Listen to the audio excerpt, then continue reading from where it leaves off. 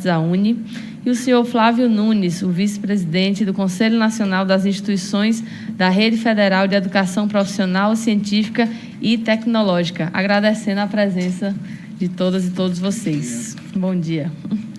Antes de passar a palavra aos convidados, eu informo que a reunião está sendo gravada para posterior transcrição, por isso eu solicito a todos que forem usar da palavra falar ao microfone, e ela também está sendo transmitida pela internet, né?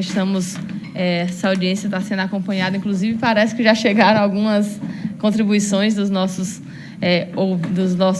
os que assistem em casa. E para melhor ordenamento dos trabalhos, a gente vai adotar a seguinte metodologia de organização. Cada expositor vai ter o prazo de 15 minutos para a exposição, e o debate vai ser aberto ao final da última palestra, e as perguntas deverão, de preferência, abordar o assunto da exposição. Parlamentares que vierem a comparecer aqui à audiência, eu já justifico aqui o professor Israel, que é o presidente da nossa comissão, já chega em breve para, inclusive, presidir aqui os trabalhos, né? Haverá lista de inscrição para os debates e, enfim, qualquer presente que queiram formular perguntas, podem também fazer por escrito e entregar à nossa mesa. Então, sem mais delongas, queria começar aqui nossa mesa de debates, agradecendo mais uma vez a presença de vocês, e queria convidar o senhor Flávio Nunes, o vice-presidente do CONIF, para fazer uso da palavra por 15 minutos. Obrigada, Flávio. Obrigado, deputada Natália. Agradecer o convite ao CONIF para que possamos estar aqui discutindo, conversando um pouco sobre as metas do PNE, do nosso Plano Nacional de Educação, e toda a implicação que os cortes no orçamento têm trazido para as nossas instituições públicas federais. Saudar a presença, então, dos meus colegas de mesa, a Márcia, o Gabriel, a Hélida, saudar os demais presentes a essa audiência. Eu vou pedir para colocar a apresentação do CONIF, para a gente falar um pouquinho sobre o que é essa rede, o que ela traz para o Brasil de proposta de educação, né, na educação profissional e tecnológica, e trazer algumas possibilidades maiores, né, de contribuição dessa rede para com a melhoria, o aperfeiçoamento da rede de educação no Brasil. Então, o CONIF, né, o nosso Conselho Nacional de Dirigentes de Educação Profissional e Tecnológica do país, ele tem como propósitos, né, fazer sempre uma discussão de políticas, de propostas de políticas na educação profissional e tecnológica para o país, trazendo sempre uma discussão em conjunto com o Ministério da Educação e com as demais redes, na busca do aperfeiçoamento dessas ofertas, né? Oi? Pode ficar? Acho que de pé fica melhor, né, para enxergar. Licença.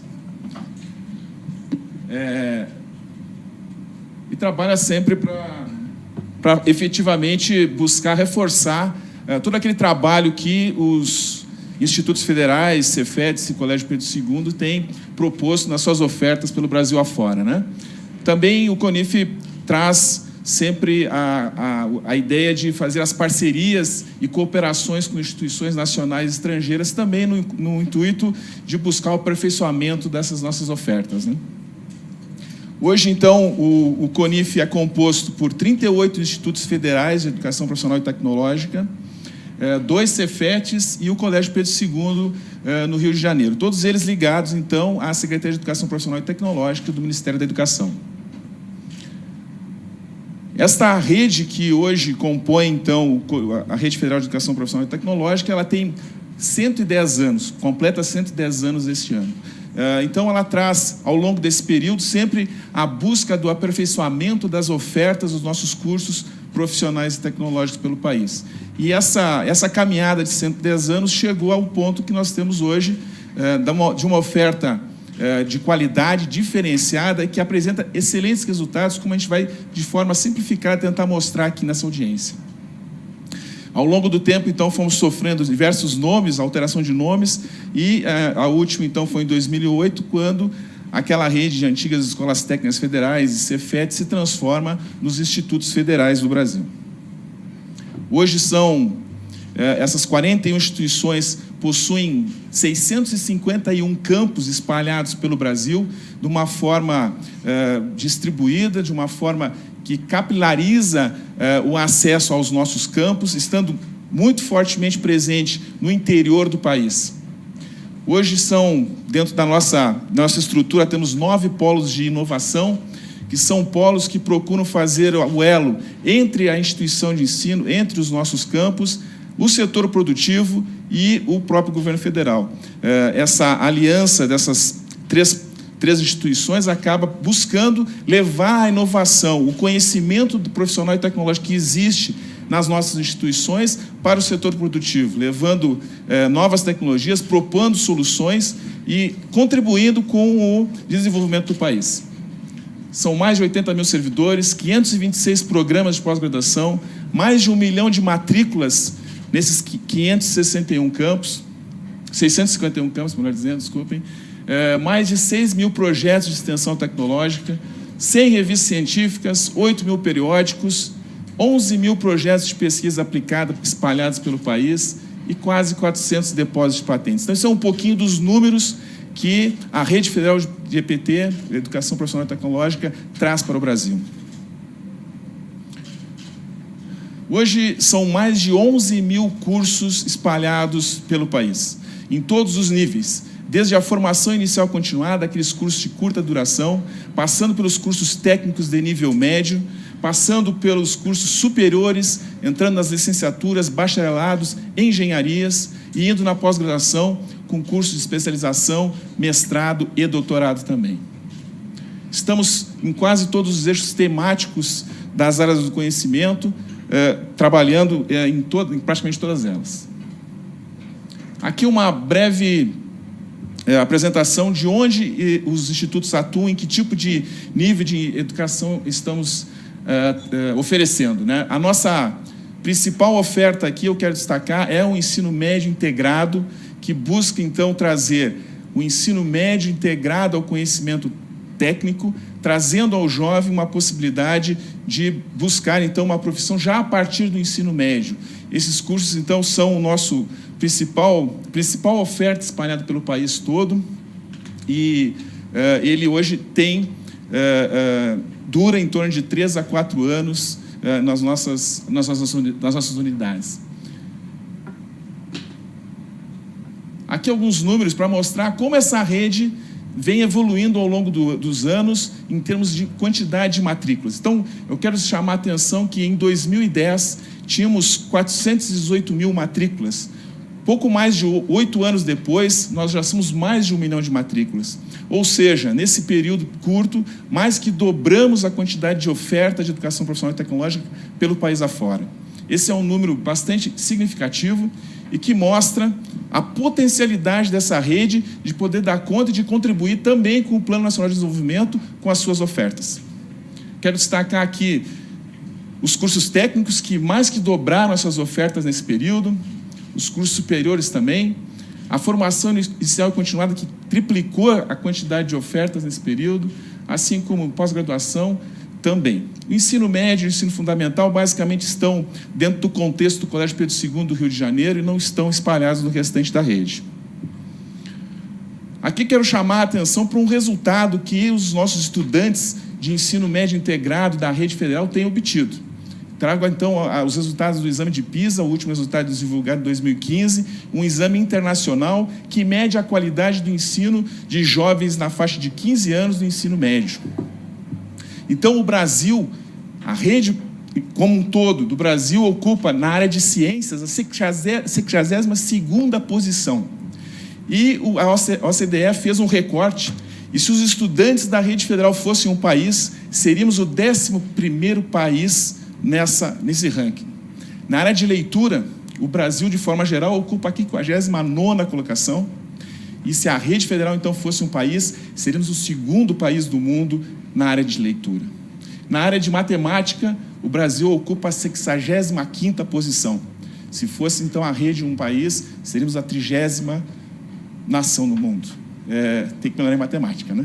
Mas isso mostra o resultado de um trabalho que a rede vem executando ao longo desses anos, mostra a qualidade, mostra que investir em educação de qualidade dá resultado e pode trazer resultados e retorno para o país de uma forma muito significativa, como estamos mostrando nesse quadro do resultado do exame de PISA.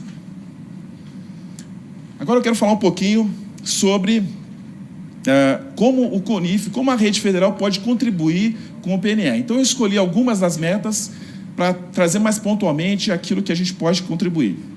Na meta 10, que fala em chegarmos a 25% das matrículas da educação de jovens e adultos, que é uma meta muito importante para o país, porque ela resgata a oportunidade de oferecermos para jovens e adultos que, na sua idade normal de estudos, não tiveram a oportunidade de ter acesso a uma educação técnica e também ao aumento do nível da escolaridade. E, portanto, tem que ser uma meta muito bem trabalhada e perseguida por todos os entes da federação. Então, a rede federal oferta os nossos cursos de ProEja, chamados de cursos ProEja, que dá essa oportunidade do ensino médio integrado à educação profissional, ou seja, um curso técnico junto. Estamos longe ainda das nossas metas, mas acreditamos que é um caminho importante de ser seguido e as nossas instituições têm trabalhado para aumentar estas ofertas. E diga-se de passagem, com excelentes resultados naqueles campos onde estamos oferecendo esse tipo de educação. A meta 11, que prevê triplicar o número de matrículas da educação técnica. Outra meta importante para o país, e aqui a gente tem que destacar, o Brasil hoje tem apenas 8% dos seus estudantes do ensino médio cursando um curso de nível técnico. Enquanto que, se compararmos com países, outros países, assim, um pouco mais avançados em termos de desenvolvimento, como a Alemanha, esse índice chega a 48% dos alunos do ensino médio, da idade do ensino médio, fazendo curso técnico. Precisamos evoluir, porque esse número e essa proposta traz qualificação para esses jovens, essa proposta traz possibilidade de contribuir com o desenvolvimento do país, pois ainda continuamos encontrando dificuldade de encontrar profissionais qualificados em muitas das áreas que estão sendo oferecidas com vagas de emprego pelo país afora aí. Então, a qualificação é importante e esse número tem que ser perseguido também. Vimos agora há pouco, naquele outro slide, que a rede federal conseguiu dobrar o número de matrículas em apenas 8, 9 anos. Então, há potencial, há espaço para isso sim, de podermos aumentar esse número e chegarmos próximo dessa meta de triplicar os números da matrícula dos cursos técnicos. A meta 12, que prevê ofertarmos lá 50% dos jovens em idade para a educação superior, também é outra meta que a rede federal pode contribuir. Vimos também que mais que duplicamos as nossas matrículas nessa área. Claro que ainda é muito insignificante no todo do país, mas também temos potencial para contribuir nessa meta. A meta 15, que prevê, então, que todo professor da rede pública de ensino fundamental tem que ter um ensino superior. Os institutos também têm oferta de licenciaturas.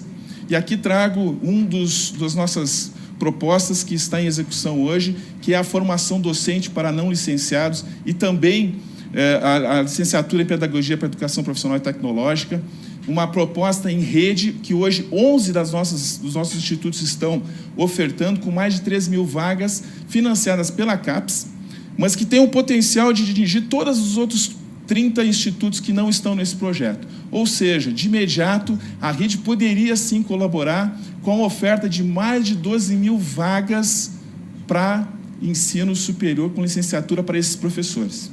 Então, também necessitamos aí de um maior investimento por parte da CAPES para poder dar conta e usar esse potencial que a rede tem de imediatamente poder fazer essas ofertas. E a meta 16, né, de chegar a 50% dos professores com o ensino de pós-graduação. Também aqui os institutos têm várias propostas de pós-graduação, mas destaco uma chamada Prof-EPT, que é um curso de mestrado em rede, onde os 41 institutos Cefetes e Colégio Pedro II ofertam pelo Brasil afora.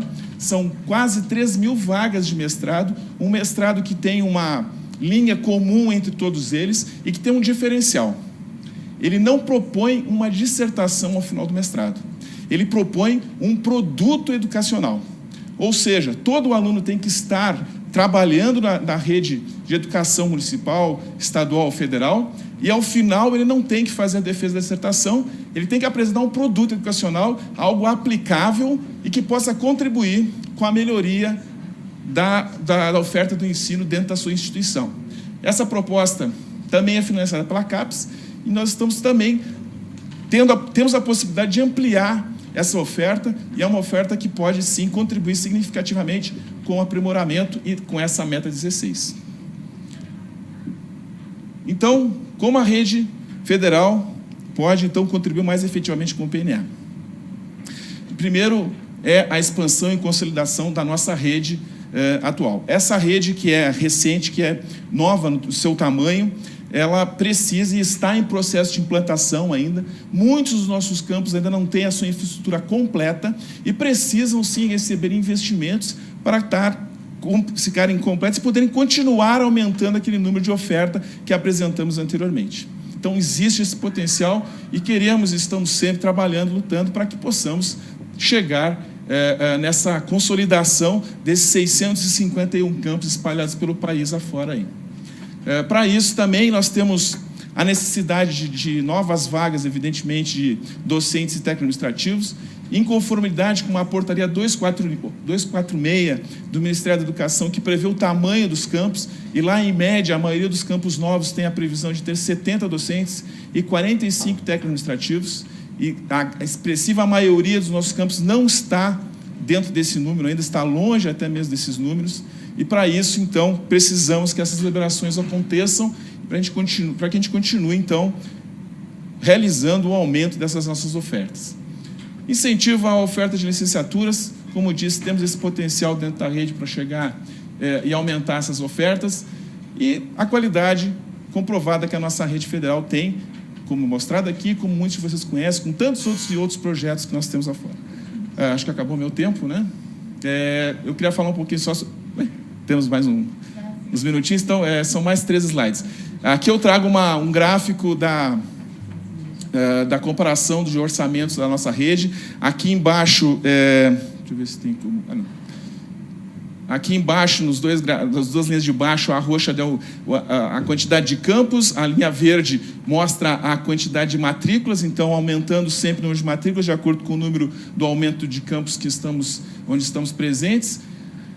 Nas outras linhas, então, nós temos, na linha vermelha, desculpa, vou começar pela linha azul, é um orçamento que o CONIF sempre apresenta como matriz ao Ministério da Educação. Começou em 2012 com 1 bilhão e 700 milhões, e hoje a nossa matriz deveria estar em 4 bilhões e 87 milhões, como apresentamos ano passado ao Ministério da Educação. Na linha abaixo, laranja, é o orçamento homologado, né? Então começa em 1 bi,75 milhões em 2012, e esse ano estava em 2 bi e 448, que até então estava contingenciado, né? E sexta-feira tivemos um anúncio do descontingenciamento de 100% do nosso custeio. E a última linha, a linha vermelha, que mostra, então, aquilo que foi efetivamente empenhado, ou seja, houveram outros tipos de liberações, como TEDs, né? Termos descentralizados, projetos específicos via CAPES, via CNPq, via próprio Ministério da Educação, que elevam, então, o empenhado a quase 3 bilhões, a previsão para esse 2019. Esse outro gráfico mostra a parte de investimentos, e eu começo, então, pelo investimento de 2014 lá, com a LOA, né? O que estava previsto na LOA. Então, em 2014, começamos com uma LOA de 1 bilhão e 156 milhões, e esse ano chegamos a 120 milhões de investimento previsto para a Rede Federal de Educação Profissional e Tecnológica. Na linha vermelha, nós encontramos a parte de total que o MEC liberou, né, em LOA mais os TEDs, né, chegando então a 492 milhões a previsão para esse 2019. A parte dos TEDs, né, os termos de ajuste, os termos descentralizados, começaram em 38 milhões em 2014, chegaram a 352 milhões esse ano. E aqui um número significativo que é as emendas parlamentares para os institutos federais, que em 2014 significavam muito pouco, quase zero, e esse ano chegam a previsão de chegar a 154 milhões de reais, maior que o investimento que a própria CETEC faz junto à Rede Federal de Educação Profissional e Tecnológica. Isso é um dado significativo, porque mostra que o parlamento tem entendido a importância de mantermos os investimentos nessa rede, de podermos continuar ofertando cada vez mais essa nossa educação de qualidade diferenciada, e tem nos apoiado nesse sentido. Então, aqui já fica o nosso agradecimento aos deputados que estão aqui hoje e ao Congresso como um todo, porque isso tem acontecido sistematicamente nos últimos anos. E, encerrando, então, dizer que a Rede Federal de Educação Profissional e Tecnológica, representada aqui pelo CONIF, se coloca à disposição para continuarmos debatendo e achar caminhos que permitam, buscarmos as metas do PNE e o aperfeiçoamento da educação profissional no Brasil, buscando sempre as transformações de vida através de uma educação profissional de qualidade e que permita, assim, a busca da independência das pessoas através do conhecimento, através da educação. Muito obrigado pela atenção de todos e todas. Muito obrigada, Flávio. Eu queria registrar que o MEC foi convidado e somente hoje pela manhã confirmou que não compareceria à audiência pública. Queria registrar a presença do deputado federal Pedro Kizai, do PT, inclusive que foi proponente do seminário que houve em comemoração, em alusão ao aniversário do PNE que tivemos aqui na Câmara em junho. E queria chamar Hélida Helena, vice-presidenta da UNE, para fazer uso da palavra.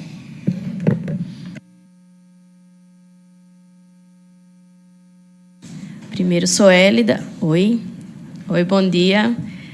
Eu sou Hélida, atualmente estou aí na tarefa da vice-presidência da União Nacional dos Estudantes. Queria primeiro agradecer o convite. Acho que esse momento é fundamental, porque essa casa tem um dever, um compromisso com a educação brasileira e logo com o futuro também, do nosso país. Queria primeiro trazer alguns elementos sobre o contexto político que vivemos hoje, que, enfim, nos coloca alguns desafios sobre esse debate do nosso Plano Nacional de Educação. Primeiro, dizer que o Estado brasileiro hoje passa por um processo de mudanças. Nós vivemos um golpe em 2016 e isso alterou os projetos, enfim, as políticas em curso no nosso país, com a derrocada desse projeto neodesenvolvimentista que vivenciamos no último período. E nesse sentido, há uma nova correlação de forças colocada na sociedade brasileira hoje, com a forte hegemonia de frações de classes ligadas ao capital financeiro internacional, que tem um projeto para o Brasil de desenvolvimento, que não é um projeto de desenvolvimento para o Brasil, mas um projeto de exploração do povo, de exploração dos nossos recursos naturais. E Bolsonaro e sua turma, sua equipe, são meros lumpens, nesse sentido. Eles estão só a serviço desse projeto de destruição da nossa soberania nacional. Então, é um pouco nesse momento e nesse contexto que se dá os grandes debates hoje que vive a sociedade brasileira e nele a educação, que a gente, desde o momento das eleições, vimos que a educação não era uma prioridade para esse governo. Nunca foi apresentado propostas e alternativas para os desafios ainda colocados para a educação brasileira. Hoje Bolsonaro se apresenta como um inimigo da educação. Então, esse é um momento que todos esses debates que foram frutos aí, de muitas reuniões, muito esforço, muito debate da sociedade civil, quer dizer que esses debates, desde 2013 até 2016, hoje não cabem mais, não tem o mesmo espaço diante desse governo. Então, e nesse sentido, o PNE está também colocado. É o caso do PNE, enfim, que desde 2016 nós temos vivenciado um processo de ataques à educação e que tem que se aprofundado agora, tende a se intensificar no governo Bolsonaro, né, que tem esse projeto também de educação deles, é um projeto de destruição, de total sucateamento das universidades para abrir um espaço, né, a partir da asfixia financeira das universidades, enfim, da educação, um processo de sucateamento para a privatização, né? Fora tantas outras iniciativas que a gente tem vivenciado contra a educação pública brasileira, né? Terceirização, enfim, implementação, né? O aumento das matrículas EAD, enfim, o próprio Futurice, a reforma do ensino médio, a própria escola sem partido, são um conjunto de ataques às universidades e à educação como um todo, né? O que a gente tem falado um pouco no movimento estudantil, a pinochetização da universidade, né? Da educação, na verdade, né? Que é um projeto educacional, um projeto, na verdade, autoritário, né? E entreguista, e que também se espelha e se coloca para a educação, né? E o Plano Nacional de Educação, esse legado fundamental e muito importante, que tem como um dos seus elementos, né, pensar os desafios e com estratégias e como alcançar, né, esses desafios colocados para a educação brasileira a partir desse conjunto de debates entre a sociedade civil, foi um passo fundamental e muito importante, né, vitorioso para os amplos setores do movimento educacional, para o movimento estudantil, né, e, na verdade, para o povo brasileiro, porque ele coloca e força, né, os governos em todas as esferas a pensar estratégias para a educação, a pensar e colocar em prática essas metas para que a educação fosse de fato colocada como prioridade, como um pilar fundamental do desenvolvimento de uma sociedade, de um país justo e soberano, né? Então, é um legado bastante importante e que vem sendo ameaçado por esse projeto que está em curso hoje no nosso país, né? O que vivenciamos nos últimos 6 meses foi um processo de cortes orçamentários, né, das universidades públicas no Brasil. Nós passamos 6 meses, né, com esse dinheiro bloqueado, e isso causou, né, nas universidades um verdadeiro caos, né? Enfim, vários estudantes, esse governo que gosta de falar tanto de rendimento escolar e desconhece quais são, né, os elementos e as condições que colocam os estudantes, nós estudantes, a terem, né, um mau rendimento nas universidades, né? E esses cortes provocam isso, né? No sentido de você vai para a universidade, a sua bolsa está atrasada, você não tem condição de chegar, de pegar e pagar o seu transporte para ir até a universidade, o RU que está fechado, enfim, são vários elementos, né, que esses cortes provocaram nesses últimos meses e que hoje, né, as universidades vivenciaram esse caos e que estão tentando correr atrás aí desse prejuízo, né, que tem pouco tempo também para executar, né, o orçamento ainda esse ano, mas que também não se fala o que isso significou para a vida, né, dos estudantes. O MEC, que deveria estar aqui hoje, não assume a responsabilidade, né, das consequências que isso tem na vida, né, da universidade e dos estudantes, né, brasileiros que vivenciaram esse momento. E aí é impossível também falar sobre, enfim, debater sobre os desafios da educação, sobre, né, como é que isso impacta no Plano Nacional de Educação, né, ainda nesse contexto do governo Bolsonaro.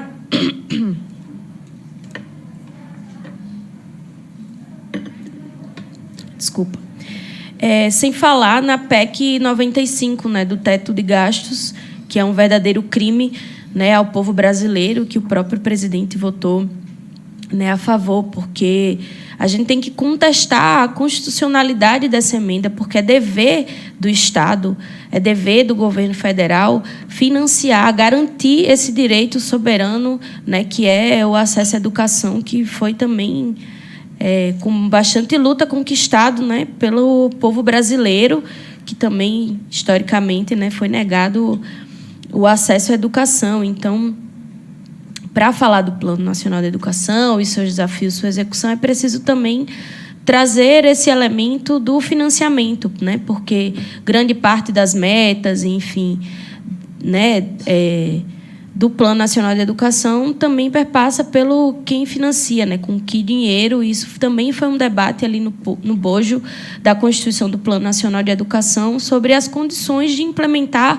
essas metas, enfim, né, que para isso nós precisamos ter dinheiro para cumprir essas metas, né? E nós queremos dinheiro público que possa defender também uma educação pública voltada para os interesses do povo brasileiro e não, né, os interesses desse, né, do mercado internacional, do capital internacional, como quer o presidente, né?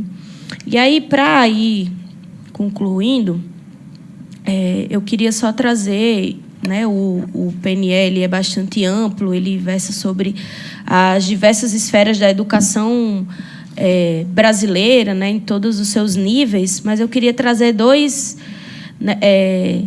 exemplos, né, sobre o Plano Nacional de Educação. Um é sobre uma de suas metas, que era o aumento, né, gradual da população adulta do Brasil ao acesso ao ensino superior, né, que hoje nós temos... vivenciamos um processo fundamental e importante também de democratização do acesso, né, e da expansão das universidades brasileiras, né? Hoje a juventude brasileira hoje é uma realidade o acesso, né, que até os anos 90 não estava colocado isso para as famílias brasileiras, né, ter seus filhos estudando em universidades. Mas hoje isso é uma realidade, mas ainda assim, né, insuficiente, obviamente, para atingir o conjunto da juventude brasileira. E isso era um dos elementos, né, uma das metas colocadas e discutidas no Plano Nacional de Educação do acesso, né, à população adulta até 2024, né, nos 10 anos aí de execução do plano, no acesso ao ensino superior, né? E, obviamente, que hoje a gente vive um contexto de não temos mais investimentos, como também um contexto de cortes. Então, é fundamental também que, para nós, esteja colocado essa luta e a cobrança, né? E acho que, mais uma vez, também responsabilizar, né, a essa casa. A gente sabe que temos, né, deputados e deputadas comprometidas, são guerreiros também aqui, né, na luta injusta que é aqui...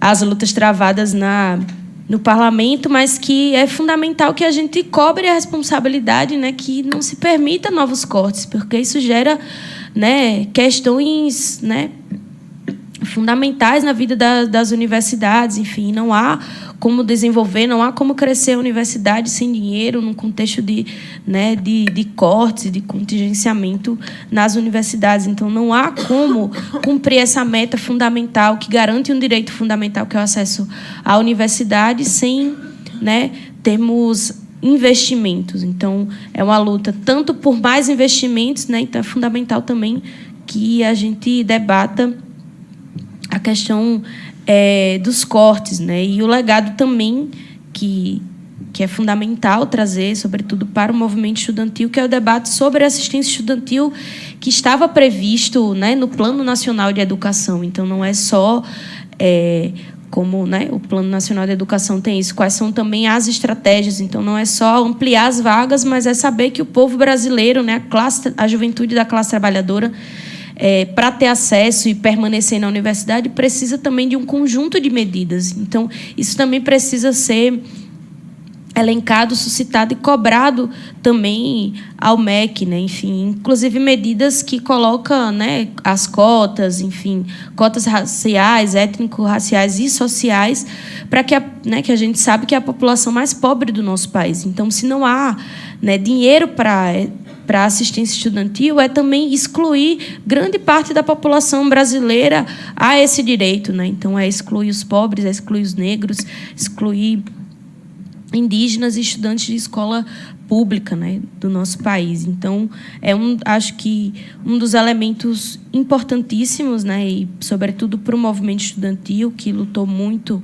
aí para conquistar, né, um plano nacional de assistência estudantil que pudesse, né, dar condições aos estudantes de permanecerem, de entrarem e de permanecerem na universidade. E um outro elemento que eu gostaria de trazer, que também suscita um pouco o que é que está em disputa hoje também na sociedade, né? Enfim, que a educação ela não está deslocada, né, da realidade brasileira, enfim, da realidade social brasileira, que é a meta de elevar gradualmente também o número de cursos, né, de pós-graduação nos níveis de mestrado e doutorado, né? Acho que 60 mil matrículas de mestrado até 2024 e 25 mil matrículas de doutorado até 2024. E o que a gente vem, né, assistindo no país hoje é também um ataque à produção da ciência. E acho que isso também nos coloca, mais uma vez, à tona de que o que está em curso não são ataques pontuais à educação brasileira, que isso é né, a destruição de um projeto soberano para o país. Né? O que eles querem, na verdade, é construir, né, um Brasil submisso a interesses externos e alheios ao do povo brasileiro.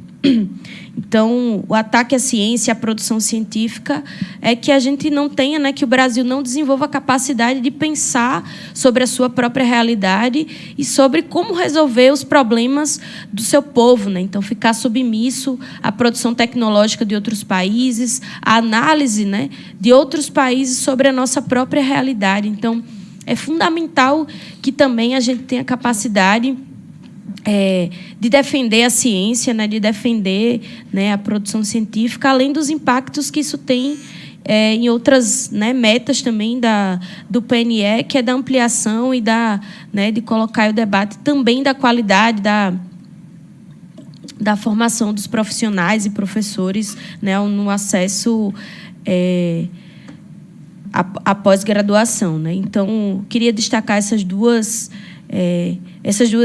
elementos do Plano Nacional de Educação que eu acho que são fundamentais também para esses debates mais gerais que a educação passa nesse momento. E, no fim, agradecer ao convite.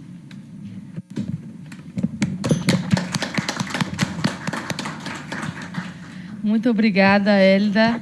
Eu queria agora passar a palavra para Gabriel Cruz, secretário de Assuntos Jurídicos e Legislativos da Confederação Nacional dos Trabalhadores da Educação, CNTE.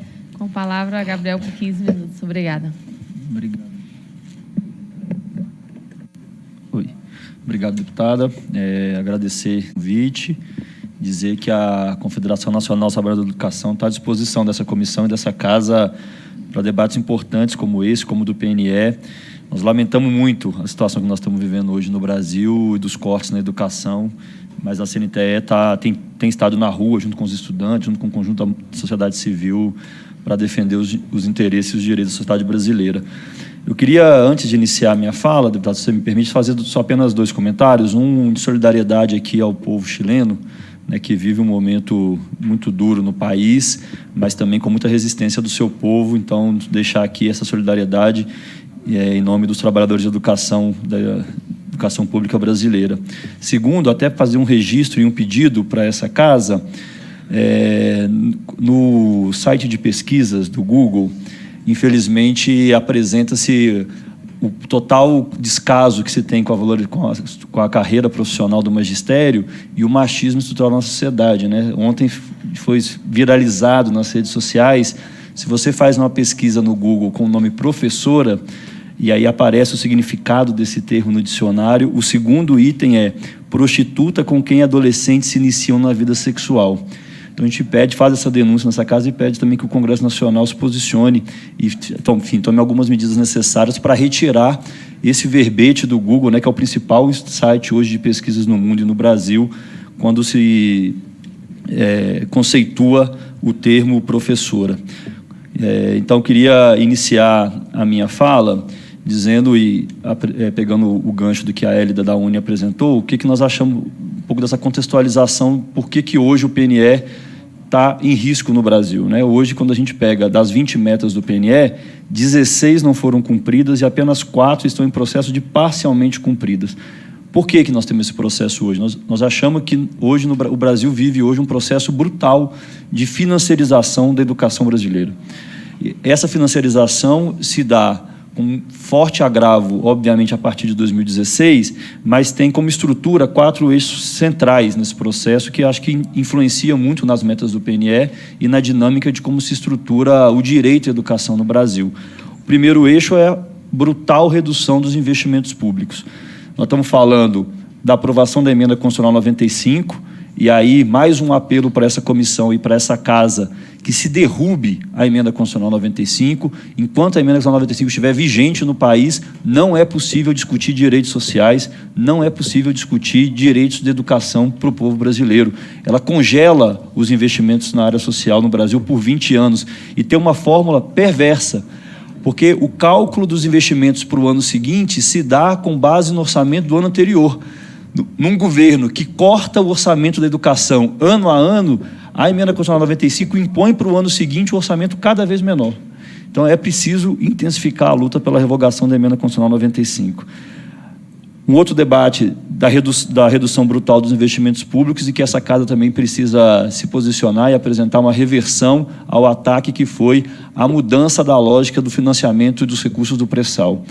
A alteração da lógica da exploração do pré-sal no Brasil e dos royalties do pré-sal implicam no atingimento da meta 20 de 10% do PIB para a educação, como previsto na aprovação do PNE, como um dos eixos centrais de recurso, os royalties do pré-sal para a educação. Um outro elemento importante que foi aprovado recentemente aqui no Congresso Nacional, o PLN 1819, né, que retirou R$1 bilhão, aí não é contingenciamento, é redução de orçamento da educação, que retirou R$1 bilhão do orçamento do MEC para pagamento de emenda parlamentar para os deputados e deputadas que votaram a reforma da Previdência, que também ataca a educação, ataca o conjunto da classe trabalhadora, em especial os professores e as professoras, que serão os mais atingidos. E uma preocupação que nós temos, que o governo Bolsonaro já diz, a partir do seu ministro da Economia, Paulo Guedes, de que o próximo passo na questão do financiamento público é acabar com a vinculação constitucional dos recursos da educação e da saúde. É preciso que o Congresso e nós, a CNTE, já nos colocamos à disposição de mobilizar o conjunto dos trabalhadores de educação contra a aprovação de uma PEC nesse sentido, que desvincula os recursos constitucionais da educação e da saúde. O segundo eixo desse processo de finalização, que ataca as metas do PNE, inclusive contradiz, porque o PNE não prevê, não há previsão legal hoje na legislação brasileira, é o processo de privatização das escolas e universidades públicas, passando essa gestão para as OS, para as organizações sociais, como o Futurice, por exemplo, permite esse processo, como tem acontecido em diversas redes estaduais e municipais de educação no Brasil, e os vouchers de educação. O que o governo apresenta hoje como política de financiamento é que o dinheiro do Fundeb, que deveria ser usado para a valorização dos trabalhadores de educação e investimento na estrutura da escola pública brasileira, possa ser usado como voucher de educação, ou seja, o governo paga um valor para a família, e a família, em tese, tem liberdade para escolher aonde colocar o seu filho, geralmente numa escola particular, precarizada e sem qualidade. Então é preciso lutar contra esse processo que aumenta de privatização. O terceiro eixo da política de financiarização da educação pública brasileira é o ataque à gestão e à implementação de um currículo autoritário. Nós estamos falando, por exemplo, da criação de um programa do MEC de destinação orçamentária, inclusive, da militarização das escolas públicas no Brasil. Esse processo cresce, não tem previsão legal no PNE e não tem previsão legal constitucional no país sobre a militarização das escolas. Pelo contrário, afronta princípios constitucionais importantes, como da gestão democrática, como da liberdade do aprender e do ensinar, como o pluralismo de ideias, e ataca a organização das escolas públicas brasileiras.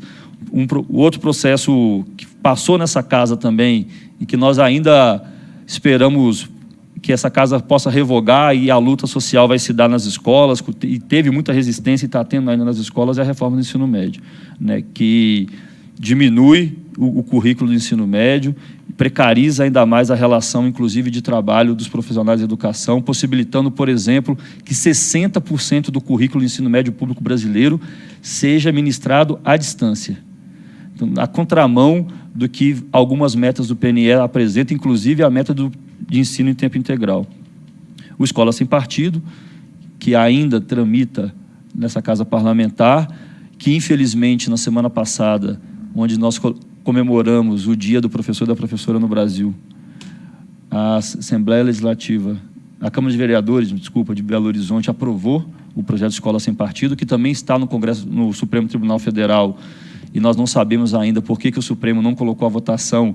Hoje tem ampla maioria e consenso no Supremo Tribunal que o Escola Sem Partido é um projeto inconstitucional, porque ataca princípios constitucionais claros da liberdade do ensino e um processo de permissividade do ensino à distância sem nenhuma regulação. E o quarto eixo, para nós, desse processo de financiarização da educação brasileira está na desvalorização dos trabalhadores em educação. Então, tramita aqui um projeto do governo federal que prevê o fim dos concursos públicos, o fim da estabilidade dos servidores públicos, ataca os planos de carreira. Isso gera precarização ainda maior nas escolas públicas, um dado alarmante que é possível, inclusive com a reforma trabalhista, que prevê e autoriza a terceirização sem limites da atividade fim no setor privado e no setor público. Hoje a realidade brasileira nas redes estaduais de ensino é que 4 entre 10 professores são de contrato temporário. Ou seja, 40% dos professores e professoras nas escolas públicas brasileiras, nas redes estaduais, hoje têm seu contrato de maneira temporária, né, que, obviamente, precariza a relação, diminui e tira a relação que o professor e a professora devem ter com a escola, porque, inclusive, induz e obriga que esses profissionais de educação tenham que procurar outro emprego para poder se sustentar e perde essa sua relação direta com o conjunto da escola. Então, e como eu disse também, a reforma da Previdência está nesse bojo, ela ainda está no Senado Federal, nós ainda vamos construir mobilização para que não seja aprovada.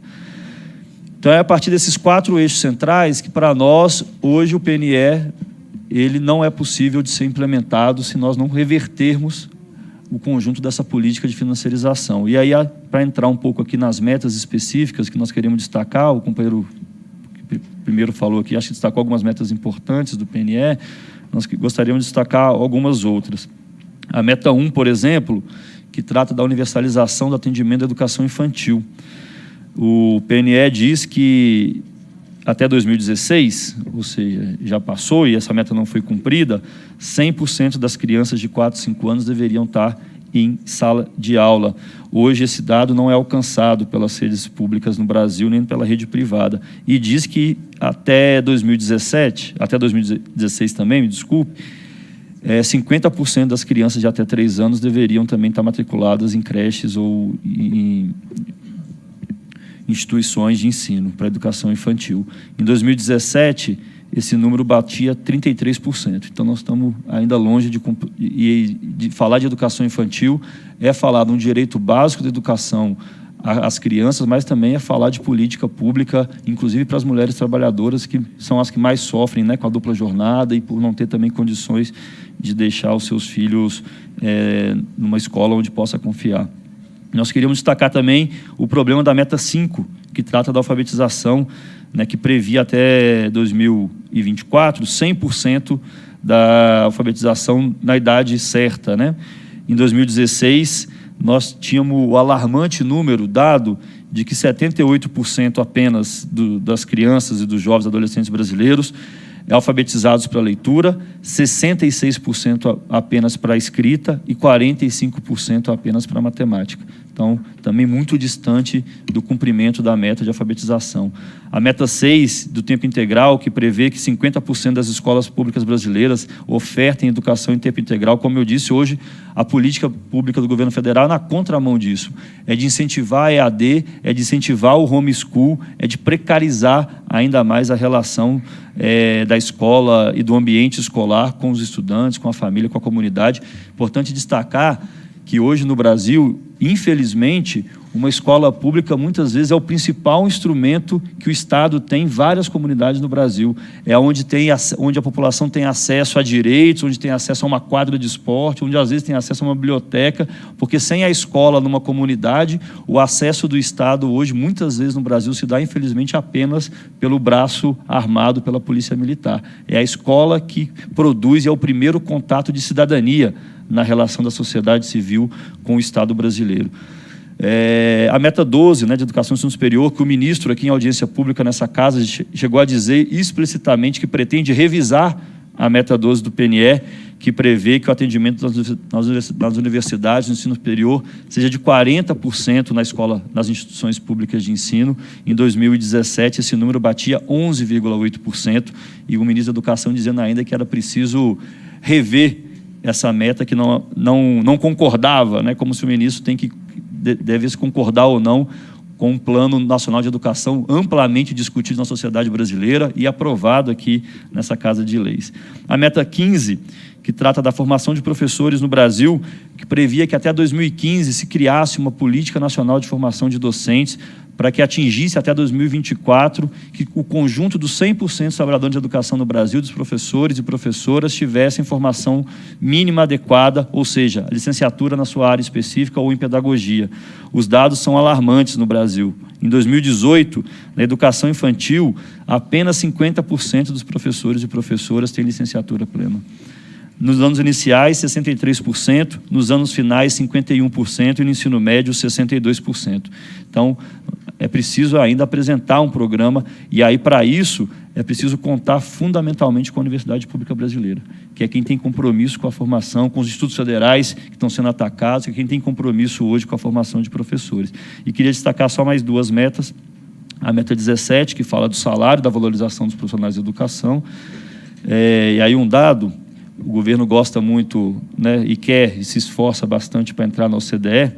Um dado da OCDE diz que o salário médio de um professor no Brasil por ano é de 23.900 dólares.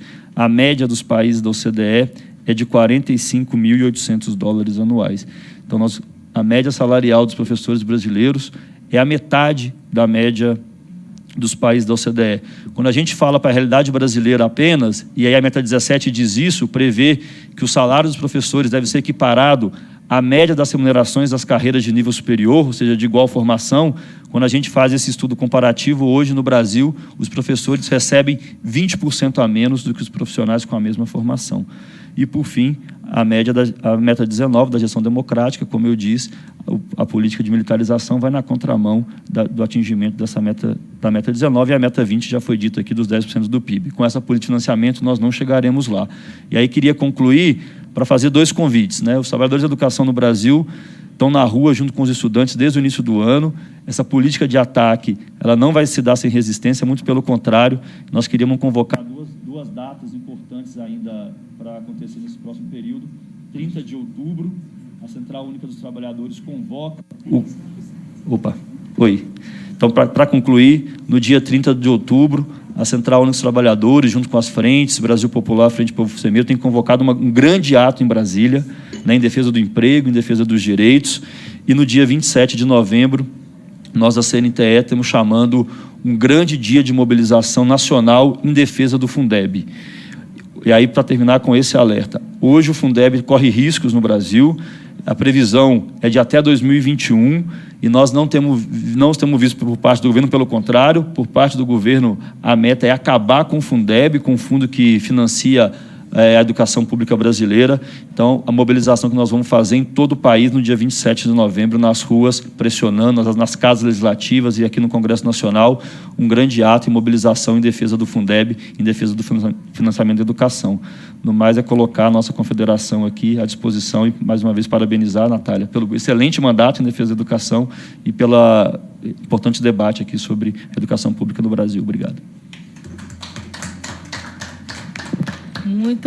Muito obrigada, Gabriel. E agora vamos passar para a nossa última debatedora, Márcia Baldini, vice-presidente da União Nacional dos Dirigentes Municipais de Educação do Estado do Paraná, com a palavra por 15 minutos.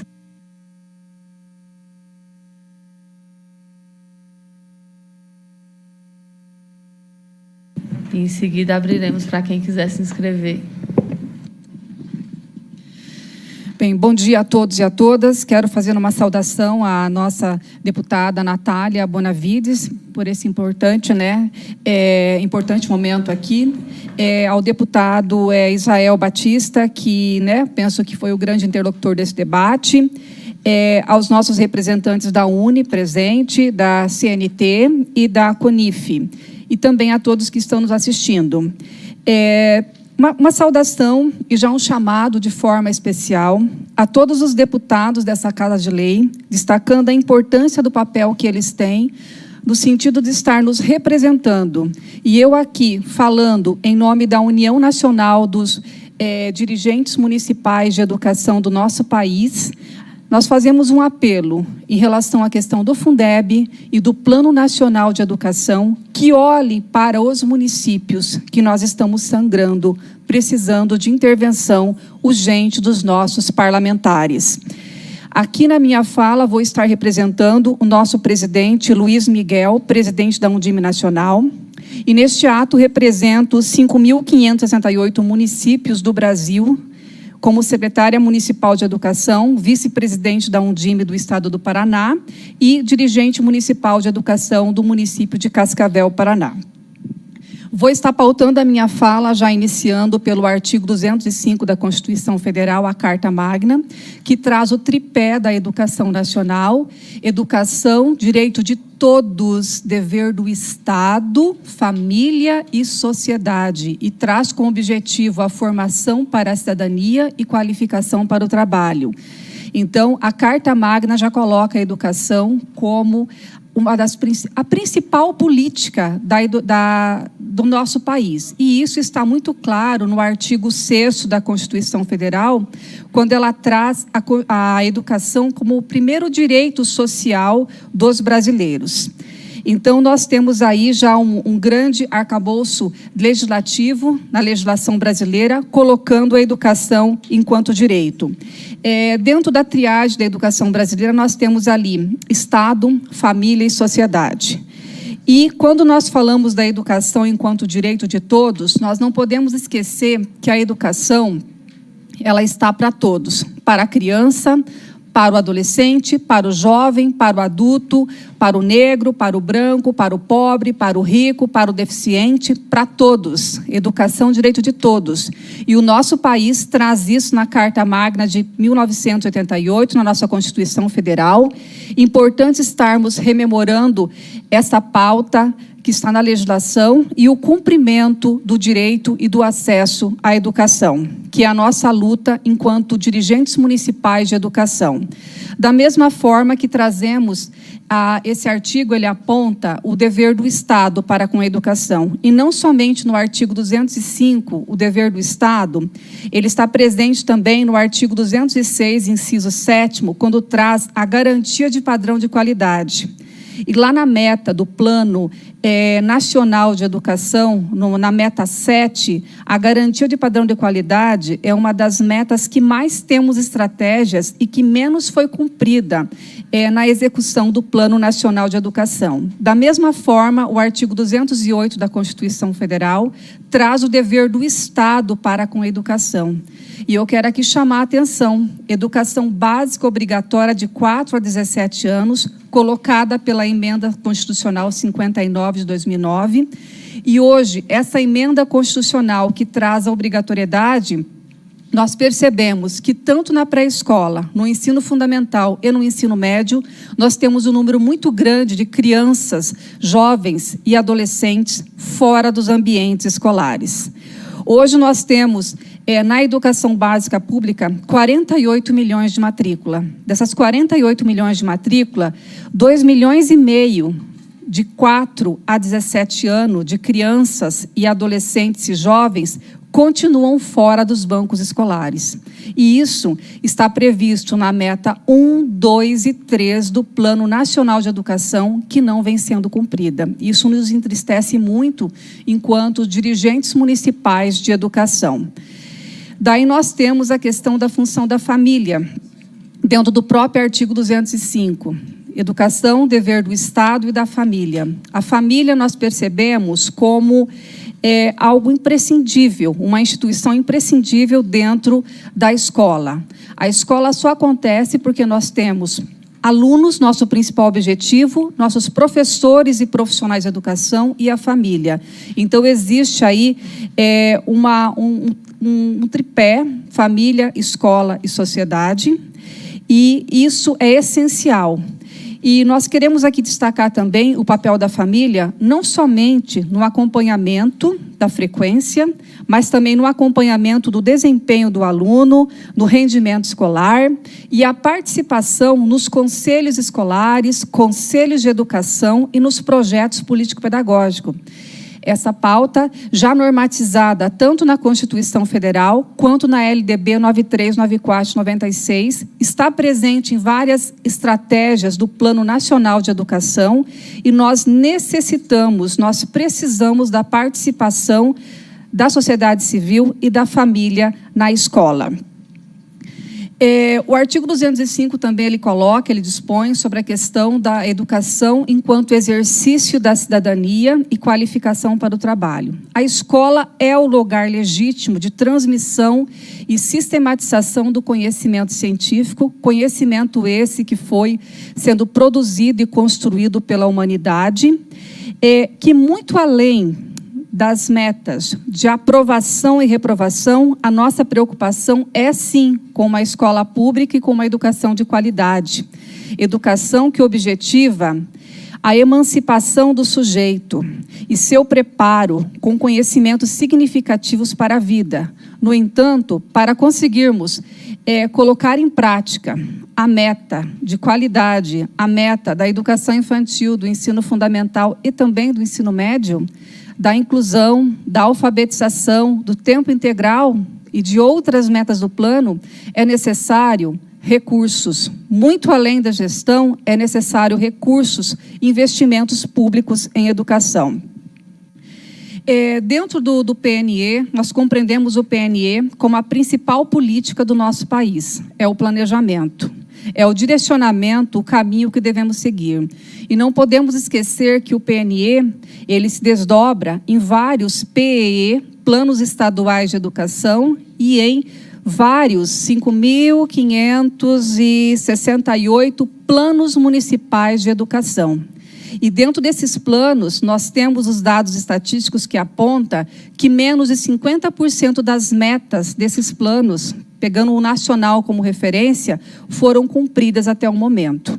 Sem contar que esse plano foi aprovado em 2014, já estamos em final de 2019, quase na época de começar a discutir o próximo Plano Nacional de Educação e com menos de 50% das metas sendo cumpridas. Dentro do Plano Nacional de Educação, eu trago aqui algumas preocupações que, enquanto dirigente municipal de educação, nós temos. A primeira, o cumprimento, então, das metas e estratégias, como eu coloquei, menos de 50% sem cumprir.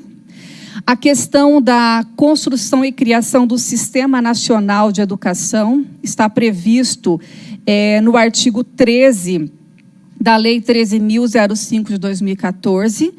A construção de uma lei que normatiza o Sistema Nacional de Educação é essencial, inclusive para a implementação das metas do PNE. A revisão do Pacto Federativo e regulamentação efetiva do regime de colaboração. Temos uma preocupação muito grande, considerando que os municípios brasileiros atendem a maior parte dos alunos na educação infantil e no ensino fundamental e recebe a menor parte dos recursos, tanto municipais, estaduais, quanto federais. Então, é necessário, urgente, a revisão do Pacto Federativo, a reforma tributária, pensando nos municípios, porque é lá que a educação, de fato, realmente acontece. E não existe gestão sem recurso, tá? Gestão é necessário recurso, é necessário investimento, é necessário recursos públicos na educação pública. Da mesma forma que nós temos uma bandeira muito antiga, a implementação do custo aluno-qualidade, o CAC. Então, isso é muito importante, realmente, para viabilizar a implementação da meta 7 do Plano Nacional de Educação, quando coloca os parâmetros de qualidade, que vai muito além do espaço físico, da formação profissional, da formação continuada, da valorização da carreira, da inclusão, das condições de trabalho, dos recursos tecnológicos e materiais. Isso é imprescindível para qualquer município, qualquer dirigente municipal de educação e qualquer prefeito, governador ou secretário de Estado fazer uma boa gestão. Isso é imprescindível para o cumprimento do Plano Nacional de Educação. Temos ali também a questão do Fundeb. Fundeb vou estar colocando um pouco mais à frente, uma preocupação muito grande nossa. Estamos aí chegando no final de 2019, estamos percebendo uma lentidão muito grande na discussão e encaminhamento de aprovação da lei do Fundeb. O ano que vem o Fundeb termina. Sabemos muito bem que o Fundeb, além da aprovação da legislação específica nessa Casa de Leis, é necessário outras leis complementares para normatizar o Fundeb. Já a partir de julho de 2020, começam a elaboração das peças orçamentárias, tanto da União quanto dos estados quanto dos municípios, e sem o Fundeb garantido, como que vai ser a educação do Brasil em 2021? Então, fica aí o nosso pedido, a nossa angústia em relação à aprovação da lei do Fundeb, que para nós é essencial. E, realmente, ao discutir a lei do Fundeb, é importante que fique muito claro e que também convido, faço um apelo aos nossos deputados e também senadores da outra Casa de Leis, que nos ajude em relação à questão da reforma tributária. É necessário manter a vinculação dos impostos para o Fundeb, ou senão nós teremos um desmonte para a educação pública. Então, os impostos do Fundeb têm que ser mantidos.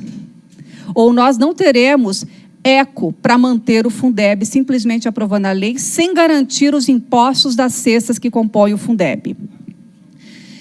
Dentro ainda das metas do PNE, eu coloco ali que o Sistema Nacional de Educação é essencial, porque do Sistema Nacional de Educação saem os sistemas estaduais de educação e os sistemas municipais de ensino, que é fundamental. A participação dos entes federados no tripé, de forma horizontal e não vertical, da União, dos estados e municípios para discutir e avaliar a educação nacional e a questão do financiamento à educação, que é base para tudo. Compreendemos que o Sistema Nacional de Educação ele é essencial para a efetivação das diretrizes, metas e estratégias tanto do Plano Nacional, dos planos estaduais e dos planos municipais de educação. Da mesma forma que eu quero trazer aqui para vocês alguns dados que eu penso bastante importante em relação à educação básica em nosso país. Estão vendo lá de verde a participação dos municípios no atendimento à educação básica. A parte laranja, a participação dos estados, o atendimento dos estados. E a parte cinza, as escolas privadas da rede privada. Então, nós percebemos que os municípios atendem quase 50% de toda a população na faixa etária da educação básica, desde 0 a 17 anos. E recebem a menor fatia dos recursos orçamentários. Então, é necessário um apelo nosso de rever essa situação. Da mesma forma que nós atendemos 48 milhões, existem 48 milhões de matrículas na educação básica e os municípios sozinhos ficam com 23 milhões desse atendimento. Então, é necessário urgentemente pensar numa reforma tributária e na divisão dos recursos, considerando aquele que mais atende ter o respaldo financeiro da União e dos estados para a implementação das políticas que garantam o acesso à permanência e uma educação de qualidade em nossos municípios. Temos alguns desafios urgentes na questão do PNE. Como eu coloquei para vocês, concluir a discussão e aprovação do Sistema Nacional de Educação. Está no artigo 13 da Lei 13.005 de 2014. Lá coloca, aprovar em 2 anos, disciplinar o regime de colaboração entre os entes federados. Essa meta ainda não foi cumprida. Eu vou ter que pedir licença e pedir um tempinho a mais, porque eu não estou nem 50%, se vocês me concederem, tá? Vou procurar ser um pouco mais rápida. Garantir o acesso e permanência na questão da meta 1, que diz respeito à educação infantil, vou abordar um pouco mais adiante. O acesso e permanência e a qualidade da aprendizagem na meta 2. E os investimentos públicos em educação, bem como a efetivação da gestão democrática. Eu vou passar aqui um pouco mais rapidamente, vou pular algumas partes para mim conseguir avançar mais aqui. Daí lá na frente eu retomo algumas questões.